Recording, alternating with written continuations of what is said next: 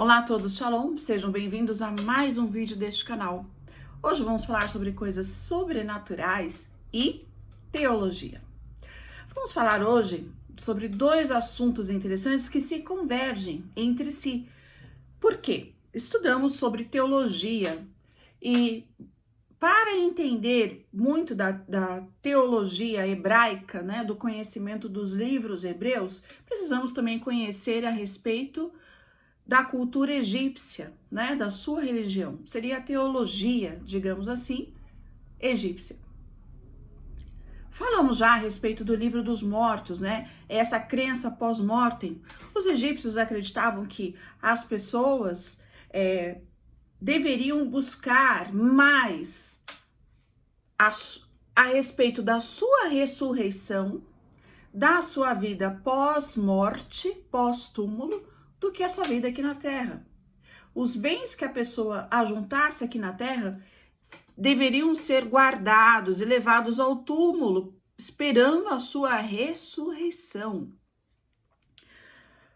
E dentro todo esse contexto, na verdade, o livro pós-morte, na verdade, seria, nós é que chamamos de livro dos mortos, né? Não seria um livro em si, seria um compêndio de achados arqueológicos, em papiros, em faixas de mumificação, porque essas faixas eram encontradas também nas múmias, né? E esses textos, eles foram sendo compilados conforme foram descobertos, e nós que os chamamos de livro dos mortos, enquanto que na verdade seria um texto guia de luz, um texto guia de vida, um texto guia de ressurreição. Então eram textos que visavam fazer com que a alma, após desencarnada, após a morte, ela pudesse então ressurgir, ela pudesse passar agora pela ressurreição. Só que antes disso, ela teria toda a questão do julgamento perante Osíris, né? E era conduzido ali pela deusa Maat, que era a deusa da justiça, simbolizada ali pela balança. Ela então pesava o coração da pessoa que morreu com a pena da justiça. Mas quais seriam os critérios para esse julgamento? Vejam bem, não se tem, né, a gente não conseguiu encontrar arqueologicamente escritos que nos tragam todo o código de leis egípcio, como nós temos, por exemplo, o código de Hammurabi, dos sumérios, temos a Torá, dos hebreus.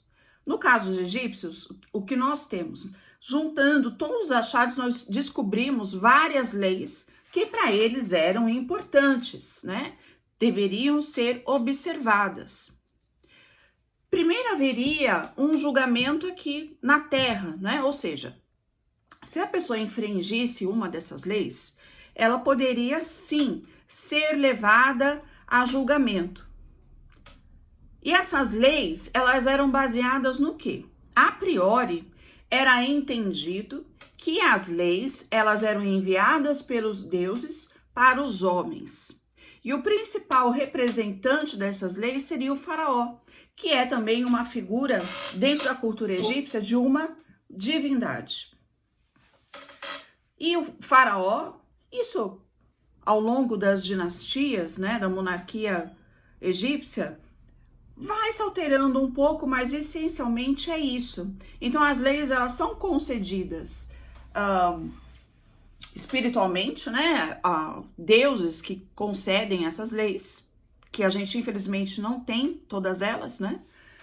Mas sabemos que essencialmente são 42 leis. Por quê? No julgamento após a morte, é pesado o coração do morto 42 vezes, ou seja, referente àquelas 42 leis que ele deveria ter cumprido. Deveriam pesar menos que a pena de Maat. E aí havia 42 juízes, né, cada um representando uma lei. Havia o escriba, que poderia escrever o nome da pessoa morta nesse livro, que nós chamamos de o livro da vida, ou não. E aí, então, apresentar para Osíris, que seria o julgador final, que seria o grande juiz, e as suas duas testemunhas, que estavam ao seu lado. O que sabemos? Algumas referências dessas leis. Adultério era algo muito sério. Partilha de bens do matriarca ou matriarca, do patriarca ou matriarca, não havia testamento, mas a família poderia reivindicar, né? E as penalidades aqui, né, em vida, eram geralmente muito severas. Havia a penalidade de morte também, que poderia ser por afogamento, por queimar a pessoa, enfim. Havia algumas penalidades em que poderia ser amputado algum órgão, né? E assim, ou açoites, por exemplo, o homem que adulterasse, se a mulher levasse ao tribunal e ele fosse comprovado e ele fosse condenado, ele poderia receber até 1000 açoites. Mas no caso de adultério também, as pessoas poderiam, a pessoa, no caso, né, que foi vítima, ela poderia perdoar.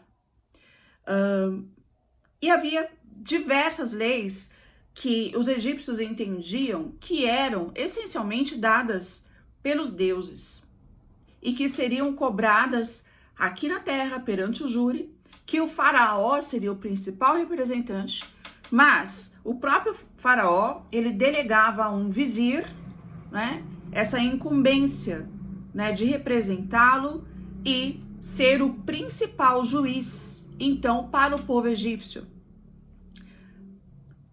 Com o aumento do povo, do governo, é instituído, então, governadores que também vão ser juízes nos seus governos, né? Mas você tem uma hierarquia, então, você tem a figura de faraó como principal. Ele recebeu dos deuses a instrução e a lei. Ele passa depois para o vizir, que o representa, que seria a segunda autoridade perante ele. O vizir cuidava mais de casos que envolviam as grandes autoridades, casos que envolviam diretamente o faraó. E os governadores, que também exerciam papéis de juízes.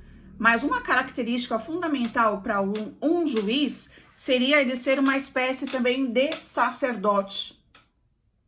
Porque a aplicação, o julgamento das leis precisaria ser compreendido por alguém que conhecia, né, os deuses. Lembrando que havia mais de 1000 deuses no Egito.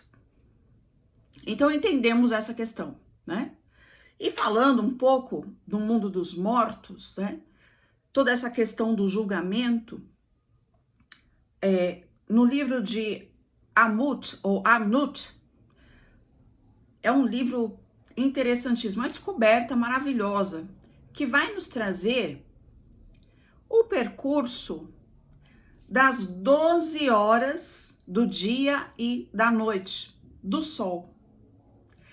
Como se representasse o percurso da nossa alma após a morte, a vida e a morte. As 12 horas noturnas do dia é retratada nesse livro como um percurso que o sol faz. Nesse percurso que o sol faz noturno, que ele não é visível, e aí para cada hora, né, o sol, que é o deus Ra, ele se depara com algo em sua trajetória, uma dificuldade ou o encontro às 6 horas com o deus Íris, com outros deuses também, e se encontra, veja só, algo que ele precisa vencer nessa etapa das 12 horas noturna é a serpente, a grande serpente, a serpente chamada Apep. Apep é uma serpente gigantesca que o sol precisa vencer nesse período noturno das 12 horas, em determinada hora ele precisa vencer para que ele possa ressurgir a oeste.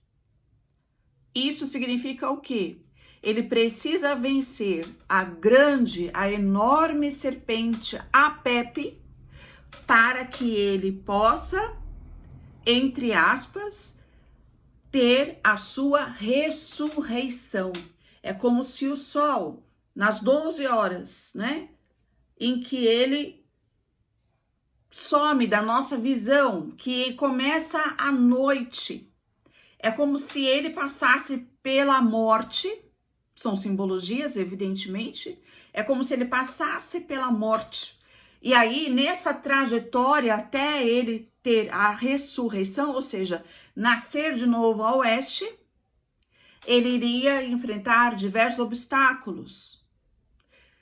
Mas o que eu quero trazer para vocês de informação é que havia essa serpente, como nós falamos nos últimos dias, chamada Apep, que é uma serpente gigante e que Ra deveria vencê-la.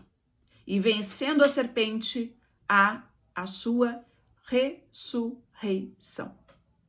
Bom, pessoal, é isso. Espero que vocês tenham gostado. Eu estou trazendo de forma bem sucinta, tentando harmonizar até algumas informações, mas teremos debate nos grupos de WhatsApp. Caso haja dúvidas, vamos dialogar, façam as suas perguntas. Eu estarei disponível para responder a todas, tá bom? Obrigada a todos por ficarem até aqui. Deixe o seu like, faça um comentário, faça uma pergunta. Eu terei prazer em responder. Shalom!